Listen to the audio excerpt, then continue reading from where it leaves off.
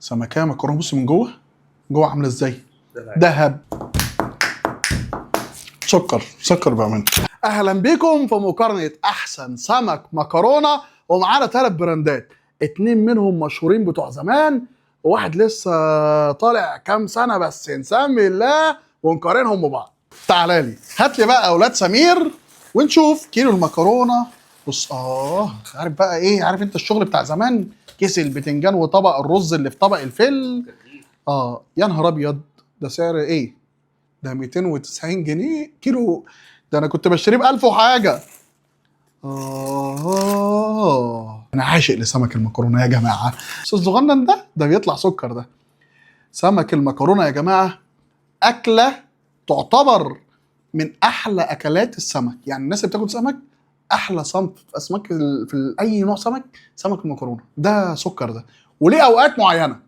المكرونه البلدي ما بيبقاش فيها شوك كتير. يعني الميزه في المكرونه البلدي او المكرونه المستورده ان المستورده بيبقى مليانه شوك والكلام ده كله. سفه بلغتنا. طبعا الرز 20 جنيه ومدينا طحينه وبتنجان وجرجير وراجل مروق عليه على الاخر. نخش بقى على ايه؟ على الاكبر شويه. سمكيه مكرونه. بص من جوه، جوه عامله ازاي؟ دهب. ده الماظ يا جدعان. انا عاشق لسمك المكرونه. بسم الله. بص لحمتها اصلا عامله ازاي سمكيه المكرونه. منظرها ايه سمكه دي؟ قشطه ايه يا لهوي.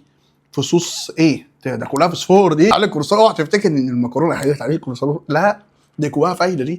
دي ساعات وهم بينضفوها يلاقوا جواها جمبريايه.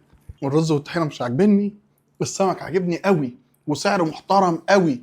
والمحل دوت من سنه 1993 وهو مطعم اولاد سمير. سمك من بتاع زمان والطعم بتاع زمان. خش على اللي بعده.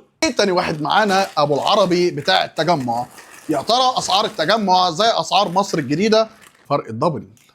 هنا هندفع 600 جنيه 588 جنيه شامل الرز وعلبه طحينه. بس ايه علبه الطحينه مديها لنا بكام؟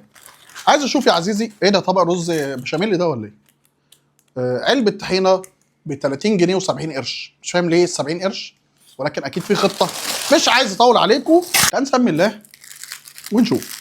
بيقولوا ان ابو العربي تقريبا من 5 سنين او من 6 سنين فاتح، بس عامل دهب. بردك دهب. ها منظرها ابن لذينه قوي. انا اصلا يا جدع بص تعالى من ورا هنا. تشيل سنه الشوكه اللي ورا دي وتفتح كده من النص، هتلاقي سلسله. شيل السلسله خالص وطلع اللحم كده. تفضل دي تاكل انت دي زي ما هي.